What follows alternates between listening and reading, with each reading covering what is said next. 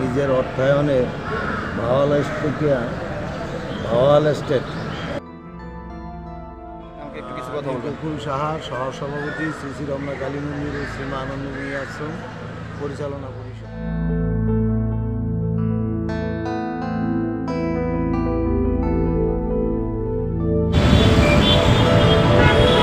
দর্শক বন্ধুরা, চলে আসছি আর একটা নতুন ভিডিও নিয়ে।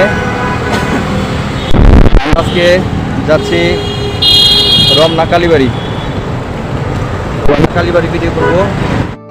আমার সাথে আছে কৃষ্ণচন্দ্র পাল, আমার এক দাদা। আর আমার পরিচয় দিই, আমার নাম হচ্ছে সাগর বাকালি। সোশ্যাল মিডিয়াতে আমাকে সাগর বিকে হিসেবে সবাই চিনে। দর্শক বন্ধুরা, আপনারা দেখতে পাচ্ছেন শ্রী শ্রী রমনা কালী মন্দির ও মা আনন্দময়ী আশ্রমের গেট।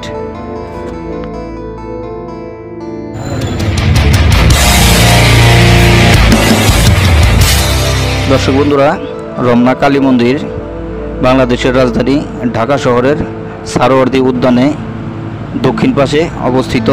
এই যে আমরা দেখতে পাচ্ছি গেটের ডান পাশে মেট্রো রেলের স্টেশন। এটা হচ্ছে বিশ্ববিদ্যালয় স্টেশনের একটু বাম পাশেই গেট। দর্শক বন্ধুরা, আমরা দেখতে দেখতে চলে আসছি রমনা কালী মন্দিরে। আমরা রিক্সা থেকে নেমে ভিতরে যাচ্ছি। বছরের ইতিহাস জড়িত এই মন্দিরে সনাতন ধর্মের কাছে পাওয়া যায়। ভারতীয় উপমহাদেশের কয়টা পুরনো মন্দির আছে, তার মধ্যে এটিও একটি।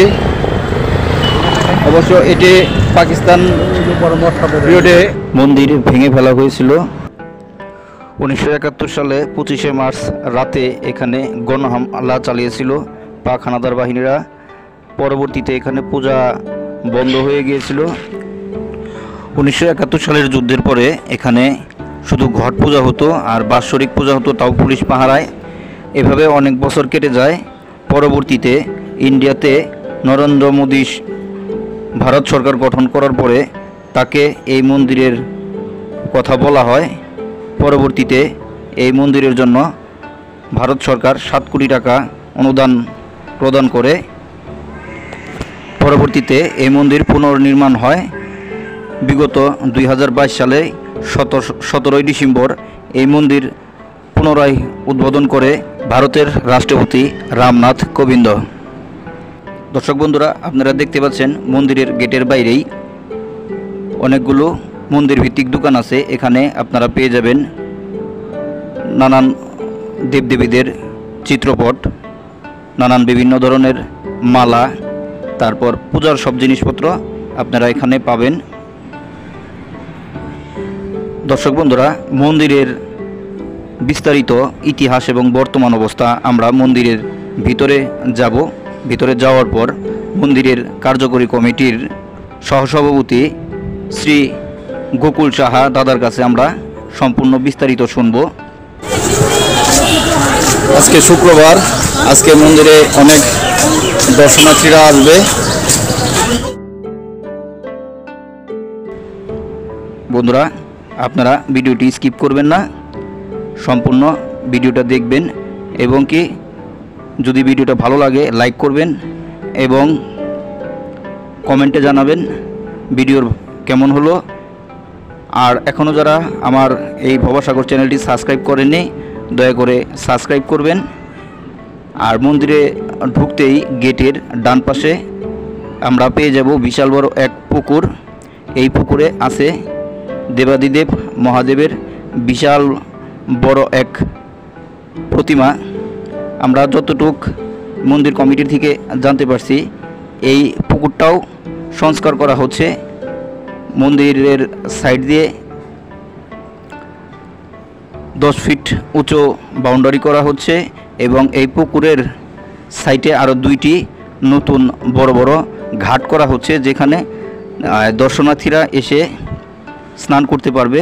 তো এই সব খুঁটিনাটি বিষয়গুলো আমরা জানব মন্দিরের কার্যকরী কমিটির সহসভাপতি শ্রী গোকুল সাহা দাদার কাছ থেকে। তো বন্ধুরা, আমরা এখন আস্তে আস্তে ভিতরে যাই। ভিতরে যেয়ে আপনাদের মন্দিরটা দেখানোর চেষ্টা করি। আপনারা ভিডিওটি স্কিপ করবেন না, দেখতে থাকুন বন্ধুরা। দর্শক বন্ধুরা, এই মন্দিরের নথিপত্রের ইতিহাসে 400 বছরের ইতিহাস পাওয়া যায়। এই দেখেন বন্ধুরা, মন্দিরটি পরবর্তী যে নির্মাণ করা হয়েছে কত সুন্দর করে।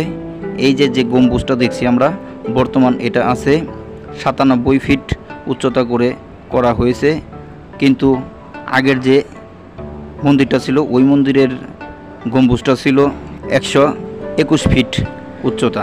দর্শক বন্ধুরা, 400 বছর আগের ইতিহাসে পাওয়া যায় নেপালের এক মহারাজা ভাওল স্টেটের রাজার কাছ থেকে এই রমনা কালীবাড়ির জমিটা নিজ অর্থায়নে কিনে এখানে মন্দির স্থাপন করে। ঢোকার আগে জুতা রাখতে হয়, জুতা নিয়ে মন্দিরে ঢোকার নিষেধ।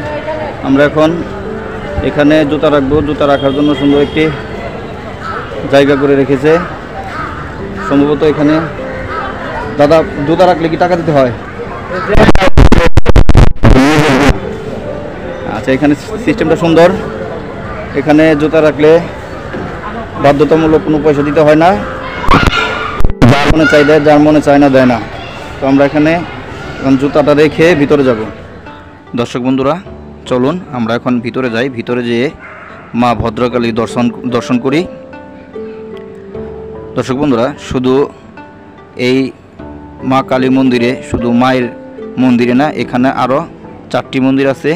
4টি মন্দিরের মধ্যে এখানে মায়ের মন্দিরের পাশেই আছে শ্রী শ্রী বাবা লোকনাথ ব্রহ্মচারী মন্দির, তারপর আছে মা আনন্দময়ী মন্দির, তারপর আছে রাধা গোবিন্দ মন্দির, একদম শেষে দক্ষিণ পাশে আছে পূর্ণ ব্রহ্ম শ্রী শ্রী হরিচাঁদ ঠাকুর মন্দির। দর্শক বন্ধুরা, আমরা এখন মায়ের মন্দিরের পূজারী দাদার সাথে একটু কথা বলবো।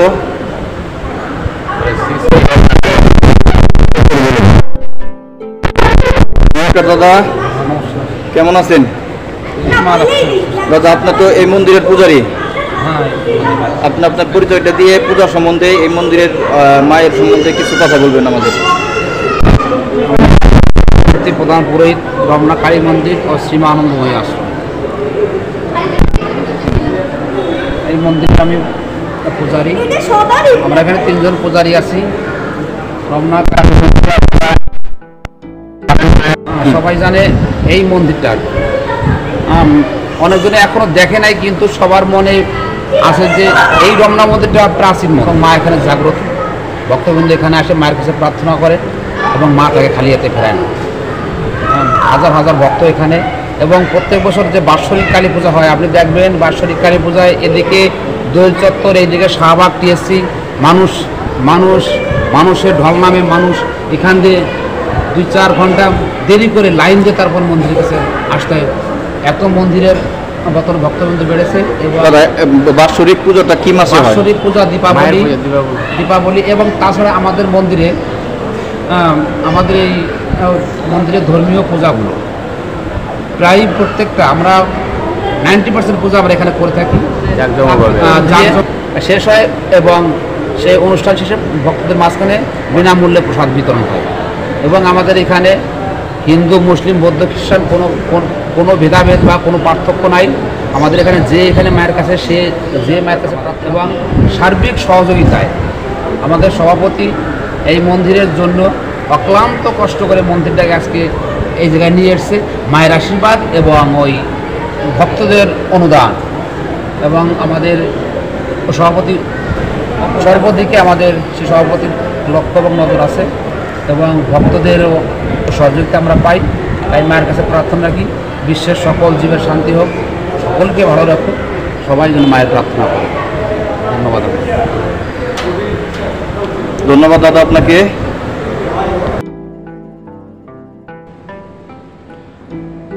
দর্শক বন্ধুরা, আমরা পূজারী দাদার কাছ থেকে এই মন্দিরের পূজা সম্বন্ধে অনেক কিছু জানতে পারলাম। এরপর আমরা যাব সহসভাপতি দাদার কাছে।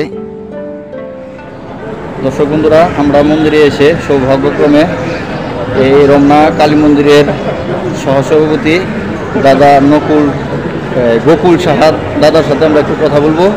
নমস্কার দাদা, কেমন আছেন? ভালো। দাদা আপনার পরিচয়টা একটু দেন, আপনি মন্দির সম্বন্ধে আমাকে একটু কিছু কথা বলবেন। গোকুল সাহা, সহসভাপতি শ্রী শ্রী রমনা কালী মন্দির ও শ্রীমা আনন্দময়ী আশ্রম পরিচালনা পরিষদ।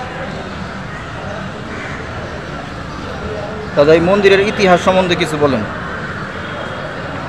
শ্রী শ্রী রমনা কালী মন্দির আমাদের কাগজপত্র অনুযায়ী আমরা 400 বছর একটা ইতিহাস পাই এবং এই রমনা কালী মন্দির নেপালের মহারাজ তার নিজের অর্থায়নে ভাওয়াল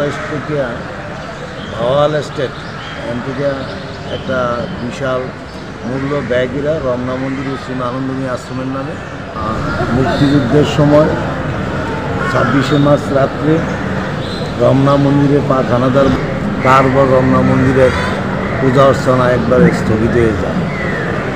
তারপর এইভাবেই ঘট পূজা, পুলিশ পাহারায় পূজা, এই দাঙ্গা হাঙ্গামার ভিতরে অনেক সময় পার হয়েছে। তারপর 96 সালের থেকে ঘট পূজা, তারপর 2000 সালের পরে মার বিগ্রহ, ঘট পূজা, বিগ্রহ পূজা এই চলছে। 2021 সালে নরেন্দ্র মোদীজি মন্দির নির্মাণ, পুনর্নির্মাণ, অতিথিশালা নির্মাণ, উনি 7 কোটি টাকা একটা অনুদান রমনা কালী মন্দিরের জন্য নির্মাণ কাজ শেষ হয়। 2022 সালে 17 ডিসেম্বর ভারতের রাষ্ট্রপতি রামনাথ কোবিন্দ উনি শ্রী শ্রী রমনা কালী মন্দিরের নতুন টেম্পল উদ্বোধন করেন এবং উনি প্রাণ ভরে মায়ের কাছে পূজা দিয়ে গেছেন। আমরা ওনার সুস্বাস্থ্য কামনা করি এবং মোদিজি এই যে মন্দির নির্মাণের, অতিথিশালা নির্মাণের জন্য 7 কোটি টাকা এবং নতুন আঙ্গিকে রমনা মন্দির চলছে। ভক্তবৃন্দের সমাগম, প্রত্যেক অমাবস্যায় মায়ের ভদ্রকালী পূজা এবং 12 মাসে 13 পার্বণ সব পূজা অর্চনায় রমনা মন্দিরে হয় এবং সকল ভক্তবৃন্দের জন্য প্রসাদের ব্যবস্থা থাকে। আমরা এই যে আগামী দিন 13ই জুন শ্রী শ্রী বিপদনাশিনী পূজা, কয়েকশো লোকের সমাগম, ওই জায়গায় আমরা প্রসাদের আয়োজন রাখছি এবং ভক্তবৃন্দের পূজা অর্চনার অঞ্জলি প্রদানের ব্যবস্থা আছে। সব মিলিয়ে মন্দির নতুন আঙ্গিকে চলছে। রমনা মন্দিরের সভাপতি শ্রী শ্রী উৎপল সাহা, ওনার নেতৃত্বে মন্দিরের 10 ফুট উচ্চতার নতুন বাউন্ডারি ওয়াল এবং নতুন গেট নির্মাণ এবং খুব শীঘ্রই আসছে মার পাথরের বিগ্রহ জয়পুর থেকে। আমরা আশা করি দীপাবলির আগেই মার বিগ্রহ মন্দিরে ঢুকে এবং মার প্রতিষ্ঠা প্লাস আমাদের নামযজ্ঞ একসাথে অধিবাস হবে এবং পূজা অর্চনা সবসময় চলবে। ভক্তবৃন্দ আগের তুলনায় অনেক বেশি রমনা মন্দির। আপনারা সবাই আসবেন মন্দিরে, পূজা অর্চনা দিবেন, প্রসাদ নেবেন এবং সবাইকে উৎসাহ করবেন যে রমনা মন্দিরে সবাই যাতে আসে। এবং আমাদের পুকুরের খনন কাজ চলছে, 2টা বড় পাট্টা ঘাটলা হইতেছে যাতে এক সময়ে অন্তত 40-50 জন পুকুরে নেমরা স্নান করতে পারে, তারা পূজা অর্চনার কাজকর্ম করতে পারে। এইভাবেই চলছে রমনা মন্দির। মোটামুটি এখন ভক্ত সমাগম আগের তুলনায় অনেক বেশি। রমনা মন্দিরে ভক্তবৃন্দের আর অভাব হয় না, প্রসাদের অভাব হয় না, সবাই মন বেড়ে প্রসাদ নিতে পারে। যেটা আমরা শুরুতেই চিন্তা করছি রমনা মন্দিরে ফ্রি প্রসাদ, ভক্তেরা অনুদান দেখ আর না দেখ, মন্দির কমিটি প্লাস আমাদের যেই আমাদের অনুদান বক্স আছে ওই জায়গাতে আমরা ব্যয় করি। অনেক ভক্ত নিজে অনেক ভক্তের জন্য প্রসাদের আয়োজন করে। এখন হাজার হাজার ভক্ত দাদা সবাই আমরা সুস্থ এবং স্বাভাবিক পরিবেশে থাকি। উত্তর রমনা মন্দিরে অনেক কাজ হচ্ছে। পুকুরের ভিতরে নতুন মহাদেবের বিগ্রহ তৈরি হইতেছে, তারপরে নতুন ঘাটলা তৈরি হইতেছে, নতুন গেট, রাজকীয় গেট। আমরা প্রত্যেক বছর দুর্গাপূজা, কালী পূজা 5 থেকে 7 লাখ টাকা আমরা ব্যয় করতাম এই গেটের জন্য। এখন আর আমরা এটা লাগবে না, আমরা পার্মানেন্ট গেট নির্মাণ কাজ মোটামুটি 60% হয়ে গেছে। এখন কিছু নকশার কাজ আছে, এই কাজগুলো শেষ হইলে মোটামুটি আমাদের মন্দিরের নির্মাণ কাজ অন্তত মোটামুটি একটা নিয়ন্ত্রণের ভিতরে থাকবে। গেটটাই বড় সমস্যা ছিল, গেটটার কাজ গেটটা কি একদম ওই সামনে রাস্তার পারে হবে না এখানে? আমাদের গেটটা মন্দিরের সামনে এই যে নতুন ঢালাইটা আছে।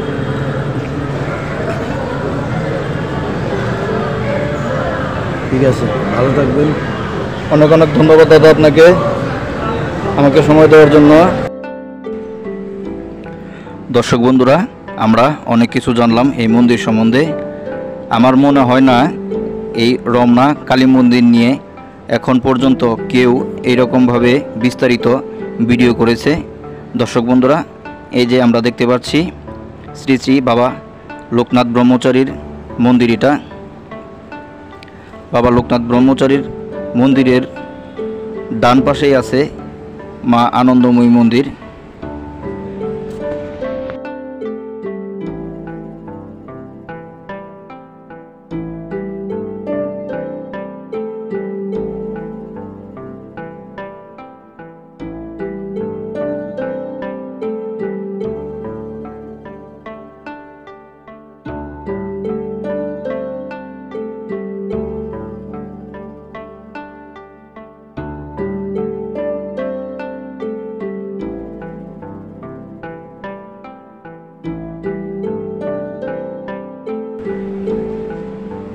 দর্শক বন্ধুরা, আমরা দেখতে পাচ্ছি এখন শ্রী শ্রী মা দুর্গা মন্দির।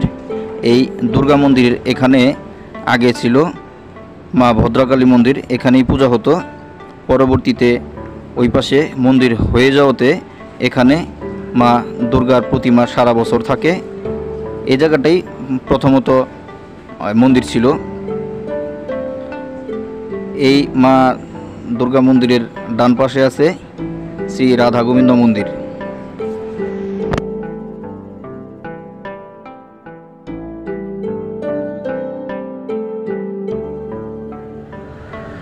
দর্শক বন্ধুরা, আমরা রমনা মন্দিরে শুধু মা কালীর মন্দির দেখি নাই, এই জায়গায় অনেকগুলো মন্দির আছে। তার মধ্যে হচ্ছে বাবা লোকনাথ ব্রহ্মচারী মন্দির আছে, মা আনন্দময়ী মন্দির আছে। তারপর এখন আসি আমরা মা দুর্গা মন্দিরের সামনে। এরপর যাব শ্রী শ্রী হরিচাঁদ ঠাকুরের মন্দিরে। এখানে অনেকগুলো মন্দির আছে।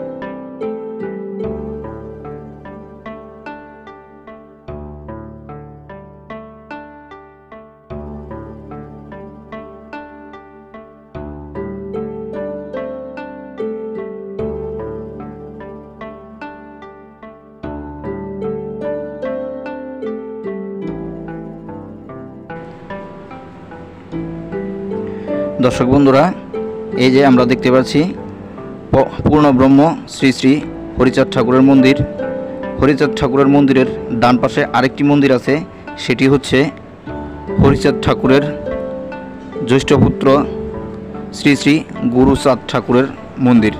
দর্শক বন্ধুরা, এই হরিচাঁদ ঠাকুরের মন্দিরে প্রতিদিন সন্ধ্যার পরে জয়ডঙ্কা বাজিয়ে এখানে আরতি করা হয়। এখানে আরতি করে হরিচাঁদ ঠাকুরের ভক্তরা, যাদের মতুয়া বলে, হরিনামে মতুয়া। তো দর্শক বন্ধুরা, এই হরিচাঁদ ঠাকুরের মন্দির নিয়ে আমার আরেকটা ভিডিও আছে, আপনারা আমার চ্যানেলে দেখতে পাবেন। দর্শক বন্ধুরা, এটি হচ্ছে গুরুচাঁদ ঠাকুরের মন্দির। দর্শক বন্ধুরা, ভিডিওটি অনেক লম্বা হয়ে গেছে, আর ভিডিওটি বড় করব না। আবার বলছি, আপনারা যারা আমার এই ভিডিওটি দেখছেন, ভিডিওটি যদি ভালো লাগে লাইক করবেন, কমেন্টে জানাবেন ভিডিওটি কেমন হলো। আর এখনও যারা ভবসাগর চ্যানেলটি সাবস্ক্রাইব করেননি, দয়া করে চ্যানেলটি সাবস্ক্রাইব করবেন। সবাই ভালো থাকবেন, সবাই সুস্থ থাকবেন। সবাইকে অসংখ্য ধন্যবাদ ভিডিওটি দেখার জন্য।